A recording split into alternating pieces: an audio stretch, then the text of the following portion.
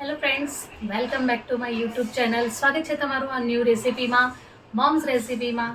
તો જલ્દીથી ફટાફટ આ રેસીપી નોટ કરી લો, કેમ કે આજે આપણે બનાવવાના છીએ કંઈક નવું. તો ચાલો આજે આપણે સ્ટાર્ટ કરીએ આ રેસીપી.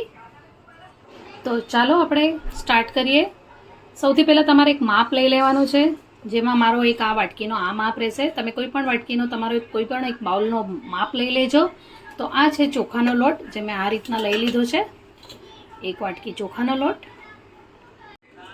સેમ બાઉલ એક વાટકી ચણાનો લોટ,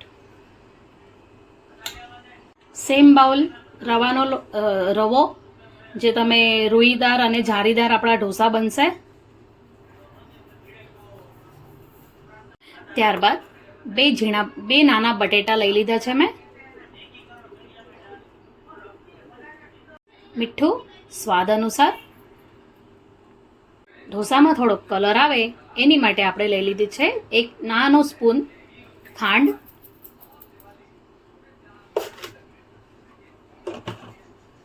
ત્યારબાદ એક વાટકી ખાટું દહીં.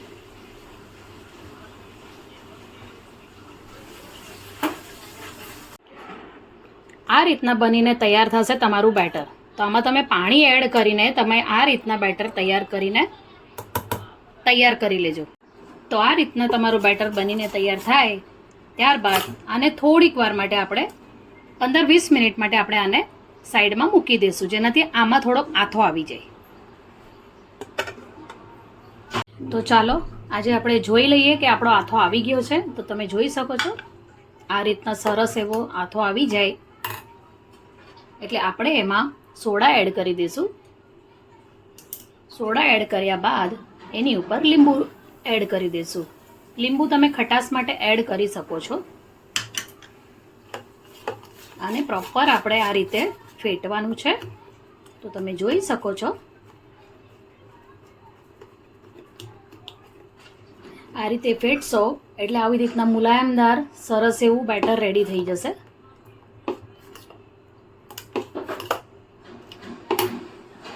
તો ચાલો, તવો ગરમ થઈ ગયો છે.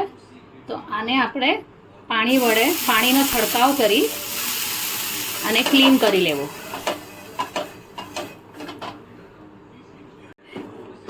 હવે આપણે તવી ગરમ થઈ ગઈ છે તો આપણે ઢોસો પાથરી લેશું.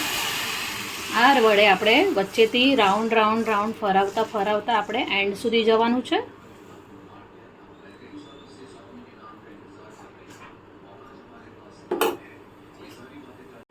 ધ્યાન રાખવું અહીંયા ખાસ કે તમારે ગેસ ધીમો જ રાખવો, એટલે તમારા ઢોસા એકદમ સોફ્ટ અને કડક જે તમને જોઈએ છે એવા ક્રન્ચી તૈયાર થઈને રેડી થઈ જશે.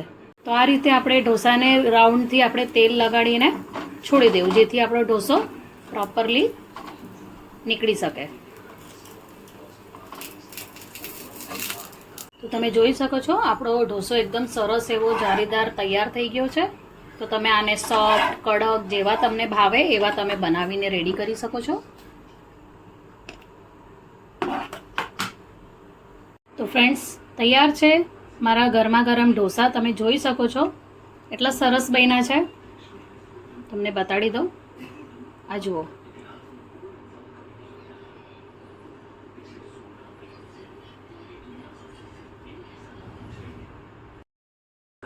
તો ફ્રેન્ડ્સ, તમને મારા આ ઢોસા કેવા લાગ્યા, આ રેસીપી કેવી લાગી તો મને કોમેન્ટમાં જરૂરથી તમે બતાવજો. તો અત્યાર માટે આટલું જ. પણ પ્લીઝ ગાઈઝ, જે નવા છે મારી ચેનલ પર, સબસ્ક્રાઇબ કર્યા વગર જતા નહીં અને બેલ આઇકન જરૂરથી દબાવજો, જેનાથી આવનાર મારા વિડીયો તમને જરૂરથી મળી જશે. અત્યાર માટે આટલું જ. Bye bye.